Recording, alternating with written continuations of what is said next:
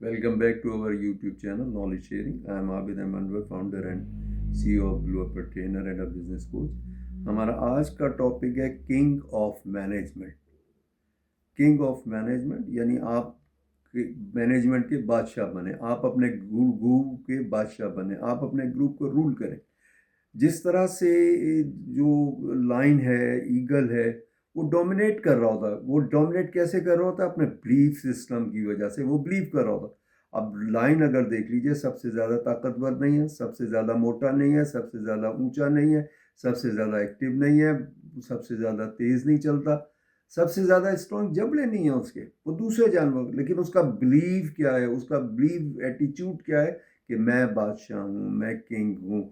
तो बिलीव किससे बनता है? वो आपकी नॉलेज से, आपके आपके जो भी जहन के अंदर चीज़ें या सीड्स हैं, यानी आपके थॉट्स हैं, और उस पर जो एक्शन है, जो आप उस पर एक्शन लेते हैं, उससे आप किंग बन जाते हैं। यहाँ किंग का मतलब KING, किंग जो है, के का मतलब नॉलेज है, आई का मतलब आइडियाज़ हैं, एन का मतलब है नो, और जी का मतलब है गोल। ये किंग का मतलब है। यहाँ से मैंने काइन अप किया है इसको, यहाँ से मैंने चीज़ों को उठाया है और यहाँ से मैंने इसको डेवलप किया किंग को। अब आ जाइए, सबसे पहली चीज़, ये पहला के जो है वो है किंग, नॉलेज। किंग का पहला के जो है वो है नॉलेज। के स्टैंड फॉर नॉलेज। नॉलेज का मतलब क्या है? Experience, know how. हम जो भी चीज़ें हमारे पास इंफॉर्मेशन आती हैं, चाहे किताब से आए, चाहे हमारे पास यूट्यूब से आए, चाहे सोशल मीडिया से आए, कहीं से भी आए, वो खाली एक सरसरी इंफॉर्मेशन होती है, एक डाटा होता है। जब तक हम उसे अप्लाई नहीं करेंगे, तब तक हम नहीं कह सकते कि ये चीज़ सही है या नहीं है। नो हाउ क्या है? Experience know how. आप काम करते हैं तो आपको पता लगता है कि ये काम होगा इस तरह से या नहीं होगा इससे। थॉमस एडिसन ने जो है 9,999 तरीक़ों से फेल नहीं हुआ, बल्कि वो कामयाब हुआ कि 9,999 तरीक़े मैंने ऐसे डेवलप किए, ऐसे मैंने इन्वेंट किए जिनसे बल्ब नहीं बनता। तो आप जब तक उसको अप्लाई नहीं करोगे, तब तक आप नहीं कह सकते कि नॉलेज है। तो आप जितना भी आपके पास इंफॉर्मेशन और डाटा है, आप उसे अप्लाई कीजिए, फिर आप उसे लर्न कीजिए कि ये सही होता है, फिर आप अपने ग्रुप को भी गाइड कीजिए और उनको भी बताइए। उसके बाद के किंग के अंदर दूसरा जो आता है, आई आता है। आई का मतलब है आइडिया, आइडियाज। आप जब तक आइडियाज को फ्लोट नहीं करेंगे, आप जब तक बहुत सारे आइडियाज को जनरेट नहीं करेंगे, आप सोचेंगे नहीं, थॉट्स नहीं देंगे, आप उसके ऊपर वक्त नहीं गुजारेंगे, आप जब तक बहुत सारे आइडियाज नहीं होंगे, तो आपका डिसीजन अच्छा नहीं होगा। जितनी ज़्यादा इंफॉर्मेशन और आइडियाज़ होंगे, उतना ही अच्छा डिसीजन होगा, उतना ही उसके अंदर आपको सिलेक्शन करने में आसानी होगी। आप जितने भी आइडियाज़ जनरेट कर सकते हैं, आप जनरेट कीजिए, आप लिखिए, और उसके बाद फिर प्रायोरिटाइज़ कीजिए। उसके बाद मुख्तलिफ आइडियाज़ को प्रायोरिटाइज़ कीजिए। उसके बाद उसमें से कुछ आइडियाज़ को क्लब कीजिए, और उसके बाद फिर आप डिसाइड कीजिए कि आप अपने ग्रुप को किस तरह से मैनेज करेंगे, आप अपनी मैनेजमेंट किस तरह से चलेंगे। वो कहते हैं ना, no idea is bad idea. हर आइडिया बेहतर होता है, लेकिन उसको बाज़ दफ़ा आपको रिफाइन करने की ज़रूरत होती है, बाज़ दफ़ा क्लब करने की। जापान कहता है no idea is bad idea, और वो हर ऑर्गेनाइजेशन उसकी लाखों बल्कि मिलियंस के अंदर आइडियाज़ जनरेट करती है। ख़ासतौर पर टोयोटा जो है हर साल कई मिलियन आइडियाज़ जनरेट करता है, और उसका 85% अप्लाई कर देता है। इस वजह से आप आज वो दुनिया की बेहतरीन कंपनी है। तो आपकी ऑर्गेनाइजेशन भी, आपका ग्रुप भी बेहतर हो जाएगा अगर बहुत सारे आइडियाज़ उसके अंदर आप जनरेट करोगे। उसके बाद तीसरा लव किंग के अंदर आता है एन। एन का मतलब है नो। नो कहना सीखिए। यस कहना तो बहुत आसान है, यस सर बनना बहुत आसान है, यस बॉस कहना बहुत आसान है, लेकिन नो कहना बड़ा मुश्किल है। लेकिन नो जब आप कहते हैं किसी को, तो इसका मतलब है आप अपने आप को यस कह रहे हैं। आप अपने काम जो आपने 10 करने हैं, तो अगर आपने किसी को नो नहीं कह सके, तो आप अपने कई काम नहीं कर सकेंगे।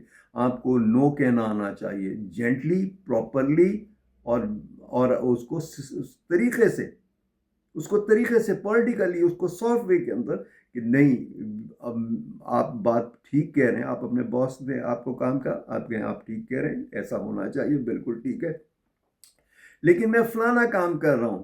अगर आप कहें तो वो छोड़ के कर लूं, या फलाने से ये काम करा दूं, उससे गाइडेंस देके।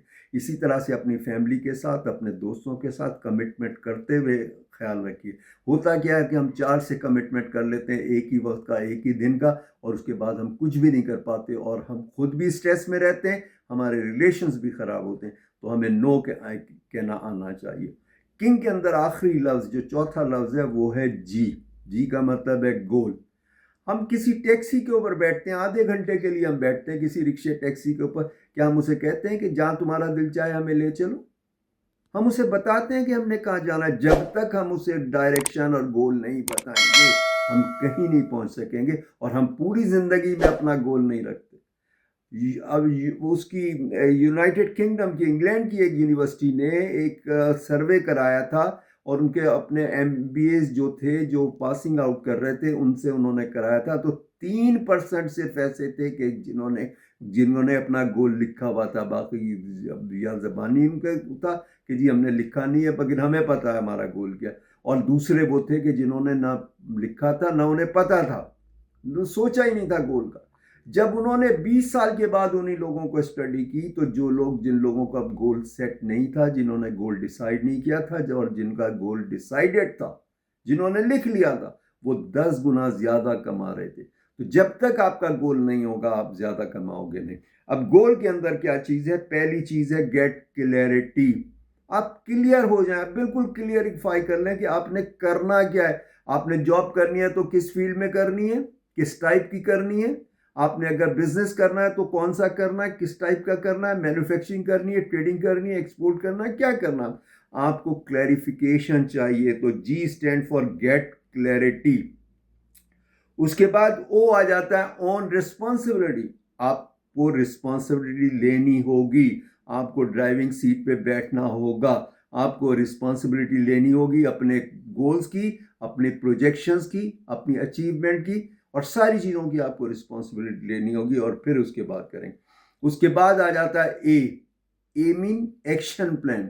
आपका डेली एक्शन प्लान होना चाहिए कि आप किस तरह से आपने एक्शन कर लेना है, क्या काम कब करना है, कैसे करना है, क्यों करना है, किस वजह से कर, बिल्कुल क्लैरिफिकेशन होनी चाहिए। आपको अपना एक्शन प्लान पता होना चाहिए। उसके बाद आ जाता है एल लिस्ट डेली एक्शन। आपने जो एक्शन प्लान किया है डेली बेसिस पे आपको तय करना होगा आपने क्या करना है, कितना काम करना है, कितना अचीव करना है, किस तरह से आपने चाहे आपका गोल 10 साल का है, चाहे 5 साल का है, चाहे 1 साल का है, उसके लिए आपको डेली एक्शन प्लान बनाना होगा और उस तरह से आपको अचीव करना होगा। तो आपको अपना डेली एक्शन प्लान को लिस्ट करना होगा, आपको लिस्ट बनानी होगी, आपको टारगेट बनाने होगा, आपको प्लानिंग करनी होगी कि उस गोल को किस तरह से। हाथी को कैसे खाया जा सकता है? बिट बाय बिट, एक एक लुकमे के तौर पे हम हाथी को भी ख़त्म कर सकते हैं, तो बड़े प्रोजेक्ट भी ख़त्म होते हैं। उसके लिए आपको शॉर्ट एक्शन प्लान बनाना होगा, डेली बेसिस पे, वीकली बेसिस पे, मंथली बेसिस पे, क्वार्टरली बेसिस पे, ईयरली बेसिस पे, जितना भी बड़ा होगा, और उसकी अचीवमेंट को फिर आप सेलिब्रेट करें। और गोल्स के अंदर एक बड़ी अहम चीज़ होती है कि गोल्स जो हैं आपके स्मार्ट गोल होने चाहिए। S stand for specific. आपने क्या करना है, आपने बिजनेस करना है तो क्या करना है, आपने कमाना है तो क्या कमाना है, आपने ईयरली प्रॉफिट कमाना है तो कितना कमाना है अपने बिजनेस। तो आपको स्पेसिफिक गोल रखना होगा, स्पेसिफिक करना होगा। उसके बाद एम आ जाता है मेजरेबल। उसकी मेजरमेंट होनी चाहिए, इतने लाख, इतने करोड़, इतने नंबर ऑफ आवर्स, इतने नंबर ऑफ यूनिट्स, पूरा आपको वो उसका करना होगा, या इतना परसेंट मार्केट शेयर। आपको उसको जो है उसको क्वांटिफाई करना होगा, आपको उसको measurement. If you can't measure it you can't control. उसके बाद ए आता है अचीवेबल। वो गोल आप अचीव भी कर सकते हैं। आपने कहा कि मैं जो है वो 20 किलो कम कर लूंगा, आपने कहा मैं 15 दिन में कम कर लूंगा, क्या ये अचीव हो सकता है? नहीं हो सकता। आपने कहा कि मैं 1 महीने के अंदर जो है 10 करोड़ का काम कर लूंगा, क्या आप अचीव कर सकते हैं? स्टार्ट में नहीं हो सकता, तो ये अचीवेबल नहीं है। तो आप अचीवेबल देखिए। उसके बाद फिर आप आर स्टैंड स्मार्ट में आर आ जाता है रिलेवेंट। ये रिलेवेंट है आपसे, आपकी ज़रूरत है इसकी। आपने कहा मैं 5 किलो या 10 किलो कम कर लूंगा, क्या आपकी ज़रूरत है? क्या आपका BMI कहता है कि आपको वेट घटाने की ज़रूरत है? अगर आपका वेट ठीक है तो ठीक है, तो रिलेवेंसी को देखना चाहिए। Then comes T. स्मार्ट में आखिरी लफ्ज आता है टी। यानी टाइम बाउंड। ये जो आप बजट बना रहे हैं, ये जो आप टारगेट बना रहे हैं, ये जो आप गोल बना रहे हैं, ये कितने दिनों का है? 1 क्वार्टर का है, 1 साल का है, 5 साल का है, 10 साल का है, 20 साल का, कितने सालों का? इसको बाकायदा आपको टाइम बाउंड करना होगा, तभी आप इसको जो है उसको उसकी वेरिएंस एनालिसिस कर सकेंगे और देखेंगे कि आपकी अचीवमेंट आपकी प्लानिंग के हिसाब से है कि नहीं है। आज के लिए इतना ही, फिर इंशाल्लाह नेक्स्ट व्लॉग पे मुलाकात होती है। टिल देन अल्लाह हाफिज़।